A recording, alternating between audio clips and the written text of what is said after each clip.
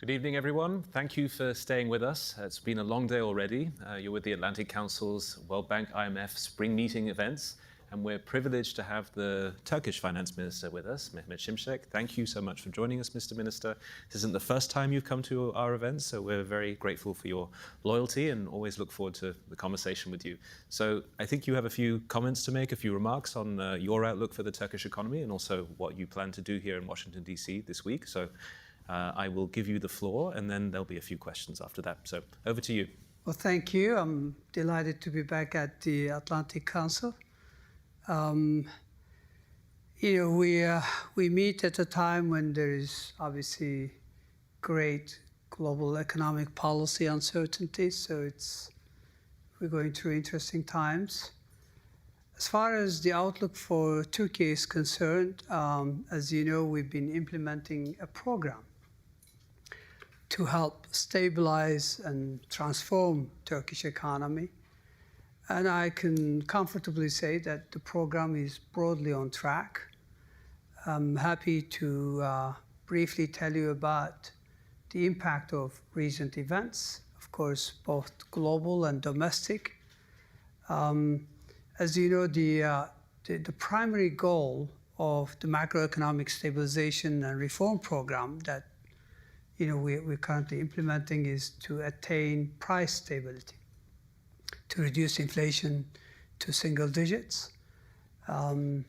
It's a work in progress. The recent events have some factors that likely push inflation up, but some factors to pull it down. Expectations have been somewhat weaker. I mean, they deteriorated. There's a limited exchange rate weakness and limited pass-through from exchange rate weakness because domestic demand is not very strong. But there are a number of factors that also likely to help bring inflation down. One of them is, of course, significantly lower oil prices compared to our assumption in the program. We had assumed $84 per barrel.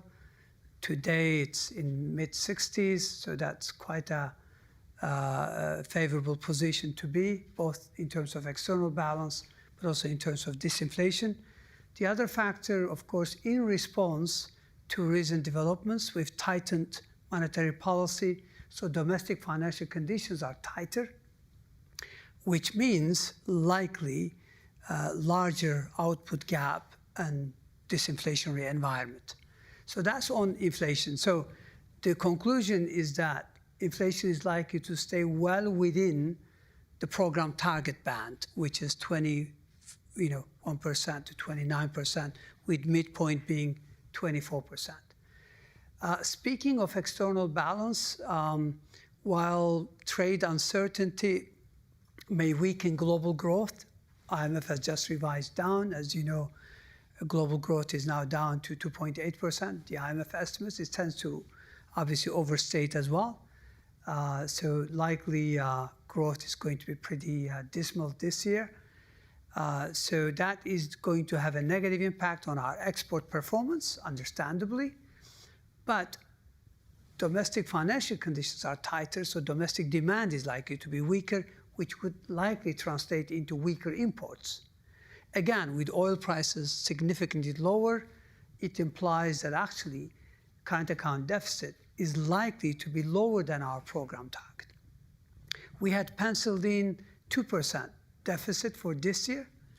Likely, we're going to end the year at 1.2%. 1.2% deficit is very easily manageable because FDI inflows, which are non-debt generating inflows, likely to amount to about 1% of GDP. So we're in good shape. Speaking of growth, I think sentiment has somewhat weakened on the back of recent developments.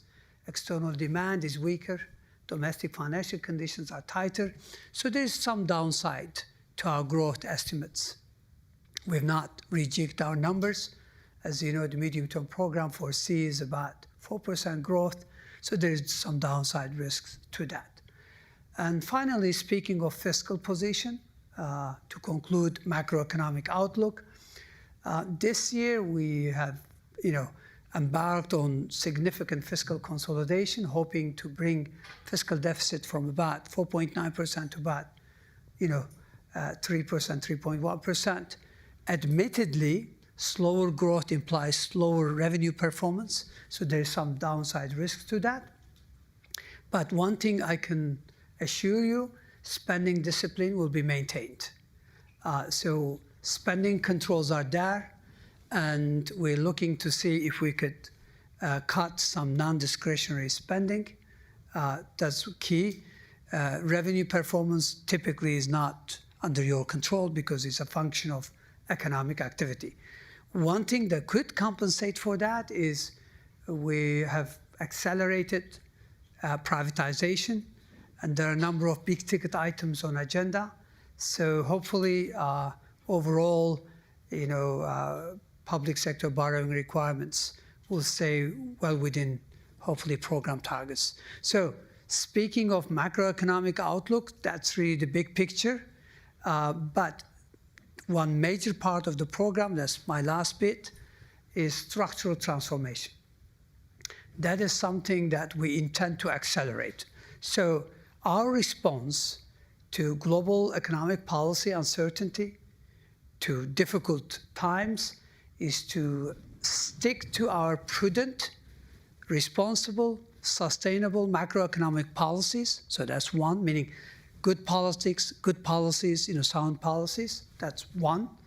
And the second one is structural transformation. And that includes, of course, continue to invest in digital infrastructure, AI preparedness, but also green transformation to help reduce our dependency on imports of oil and gas, which is a big ticket item. So clearly there's a lot to be done, including, of course, investing in people, upskilling, reskilling, investment climate.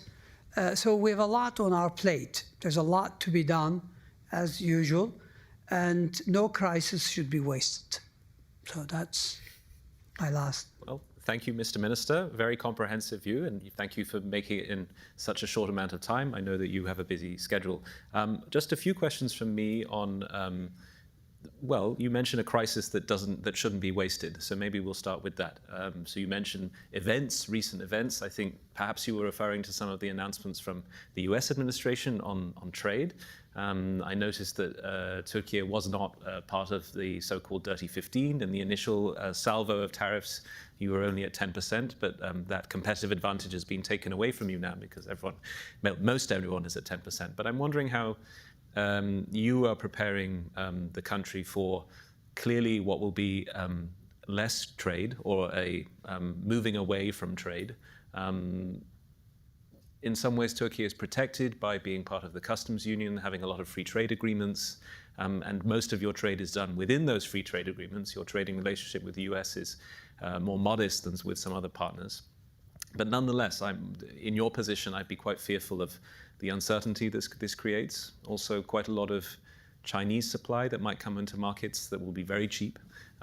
So I'm curious how you're thinking about those international challenges. Well, first of all, global trade fragmentation cannot be good for anyone. That includes us. We're not an island. And in today's world, there's a lot of interconnectedness. So look, if you go back to pre-global financial crisis, what we had at that time, good old days, global trade growth annually was at 2 times global GDP growth. So global trade was the main engine of growth. Since then, it's no longer so, meaning post-global financial crisis, global growth and global trade growth is almost at par. If anything, global trade growth is slightly below. Going forward, I think there is risk that global trade fragmentation could be a drag on global growth. So we're not immune to that. However, let me highlight a few factors that would make us more resilient. Number one, if you look at Turkish economy, net exports contribution to GDP growth, if you take 20, 25 years, has been rarely positive. So we rely on mainly domestic demand investments and consumption within Turkey for growth. So we're not as open as many of our competitors. If you look at trade of goods, I mean goods trade, it makes up only less than 20% of GDP. If you add services, our goods and services as a percent of GDP, it's barely 30%, it's about 29%. So that makes us relatively, not as much as the United States. The United States is more inward-looking. So we're not, a hugely open economy. That doesn't mean trade is not important. But where trade comes in is that much of our trade is rule-based. We have 54 free trade agreements, including with the European Union and including with many countries in our immediate neighborhood. So 54 FTAs, free trade agreements, insulates close to almost 2/3 of our exports. So that's number one. Number two, if you look at our overall exports, over 80% is with countries that either we have free trade agreements or that are in the immediate neighborhood, meaning nearshoring, friendshoring, Central Asia, Middle East, North Africa. Not such fashionable terms in Washington, D.C. I know. I'm still speaking of old terms. Thank you for warning me. So let me continue. So what I'm trying to say is that much of our exports are rule-based or with countries that we have strong historic, cultural, geographic ties. Mm-hmm. Now, one issue that you've raised is a major concern for us, and that's how Asia responds to US tariffs. If once the 90-day time lapses, and if we stay on the same kind of like trajectory, I think the biggest risk for emerging markets like Turkey is not direct impact, it's indirect impact. It's very rare for countries, for any countries, including Asian countries, to destroy capacity, manufacturing capacity. They have massive scale and they're more likely to dump it on our markets. You can try hard to insulate your own market, but I cannot protect the third markets. So that's the biggest indirect risk that we face. There are some likely advantages, and I'm going to conclude with that. There's always silver lining or some positives. If United States is going to really continue along the current whatever trajectory vis-a-vis China and Asian countries, I think Turkey is one of the very few countries out there with a sizable manufacturing culture and capacity, where we could see Turkey's integration in global value chains when it comes to the West in general to be strengthened. Mm-hmm. So we may have some, FDI associated with it, if not, most likely some additional orders that cannot be procured, from Asia. So Turkey will be in a good position to attract Western investments or Western orders. Also, some Asian players may want to have some base in Turkey to cater for the needs of some of these markets. Something hopefully you can discuss with some of your counterparts this week. Sure. Always the virtue of these meetings that you can really meet everyone. Maybe if we can move to the domestic side, you mentioned FDI, which we all want to see more of in Turkey, good for the current account balance. There have been recent political developments which have spooked investors, the arrest of the mayor of Istanbul being one. So the response has been very strong, and I think a lot of people at these meetings are happy to see that you are still in your post, and that there's been a signal also from the central bank that it maintains independence. Positive market reaction to that, but it hasn't removed the initial spook to the market. So what will you say to investors this week about FDI, trying to reassure them and maintain FDI into Turkey? Well, look, no society, no country is perfect. I think there are always issues that emerge. But, when the dust settles, ultimately, investor will look at fundamentals. Let's just look at Turkey fundamentally. It's a big economy. Okay, of course, it's not at par with China, India, United States, no question, but this is a large economy. $1.3 trillion GDP at current exchange rate and about $3.5–4 trillion at purchasing power parity. So it's a sizable economy. Is it growing fast? It is. If you look at last 20–25 years, we have outperformed global emerging markets. Okay? Do we have good infrastructure? We invested $300 billion in infrastructure, and I can tell you that, except maybe railway, which requires a little bit more investments, we're done. I mean, we have really great infrastructure. I'm not talking about AI preparedness. If you look at the IMF indices, we are well ahead of emerging markets, slightly behind advanced economies. So infrastructure is in good place. Do we have the human capital? We do. Every year we get about 900,000 new university graduates, 450,000 graduates from technical schools, from vocational courses. These are big numbers. So I think if you look at the big picture, again, where Turkey is positioned, having 54 free trade agreements, strong linkages with immediate neighborhood. So understandably, there are always concerns.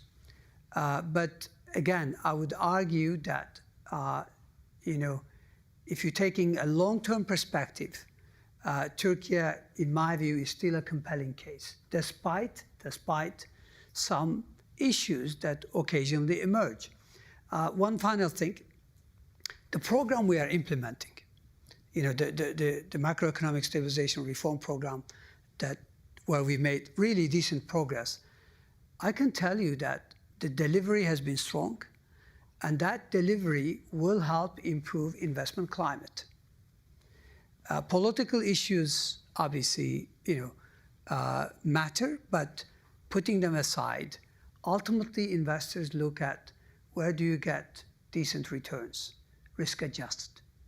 Where do you get, a sizable market with strong connectivity?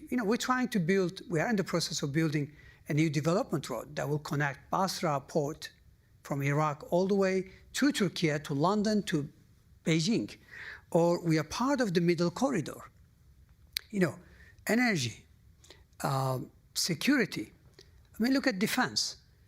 If Europe is going to spend an extra 800 billion euros over the next 4 years, I mean, seriously, I think Turkey is only one of the very few countries that have that capacity, industrial capability that can cater for such strong needs. As far as I know, in the latest white paper, Turkey was not included as one of the destinations. They are included. I apologize. No, there are two items. Yeah. One is $150 billion soft loans. Yes.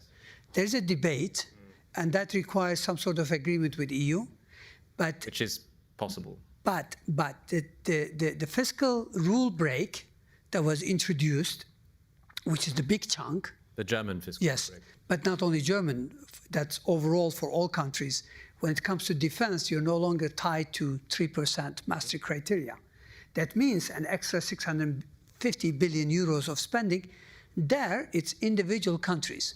We have very strong defense relationship with Italy, cooperation. We just acquired one of the big defense names in Italy. Leonardo and Baykar are, in great dialogue. With Spain, again, we have very strong ties. With United Kingdom, with Germany, under new administration. So I'm really pretty comfortable. I don't think Europe can do it without Turkey. I really think so. Understood. We have time for one last question, which I wanted to ask you on this week. You have good relationships. Turkey is the World Bank's third largest partner under the country partner framework. The World Bank's also very much involved in programs that aim to get Turkey to high income status. So I was wondering if you could update us on how they're going. And also, given these meetings are interesting because you have bilateral meetings and then you sign off on what the activities of the IMF and the World Bank are. When countries that are a similar income level, or perhaps at the income level that Turkey was at 20, 30 years ago, what assistance are they asking for? What tips, what advice are they asking Turkey for? Last year, our per capita GDP was roughly $15,500 US. But World Bank uses a different methodology. It's called Atlas methodology. So we're not there yet, but we are slightly shy of qualifying as a high-income country status. We've been stuck in the middle-income country status since 1950s. Currently, we are one of the upper middle-income countries. World Bank and Turkey have great relations. When I assumed this role and when we put together this new program, we've reached out.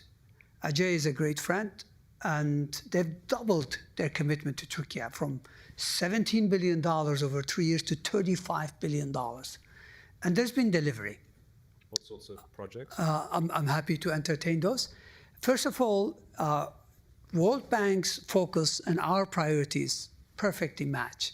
We're talking about, for example, green transition. They're there for us. Productive infrastructure. They're there for us. Digital infrastructure. They're there for us. Again, I mean, so, but it's not just about money. I mean, obviously funding matters, but there are plenty of options, private sector funding. For us, what really matters in our relations with let's say, World Bank is technical knowledge sharing. For example, we're currently trying to see if we could work with World Bank on AI, deploying AI for broadening the tax base. We had series of meetings, and our teams are working very closely with World Bank to see which country has the best AI toolkit so that we could deploy to broaden the tax base. That's one. Spending review, for example, is another one. Because all countries spend a lot of money, but are they productive? I know I'm running out of time. But so it's not just, as I said, money for projects or reforms, but also money or just technical support for transformation, capacity building. So I can tell you that we're very grateful, and we have very good, excellent relations with World Bank. Good. I'm very glad we got to go through that, because often in these meetings we talk about the economic outlook, which is very important, but neglect to talk about the institutions that we're here to observe and think about this week. So thank you very much for your time, Minister. Always welcome at the Atlantic Council. We look forward to maintaining the conversation in the months and years ahead. It's going to be a busy week. I think my team has gone overboard. I have an average of 14 meetings a day, so it's crazy. Well, I think only, there we are.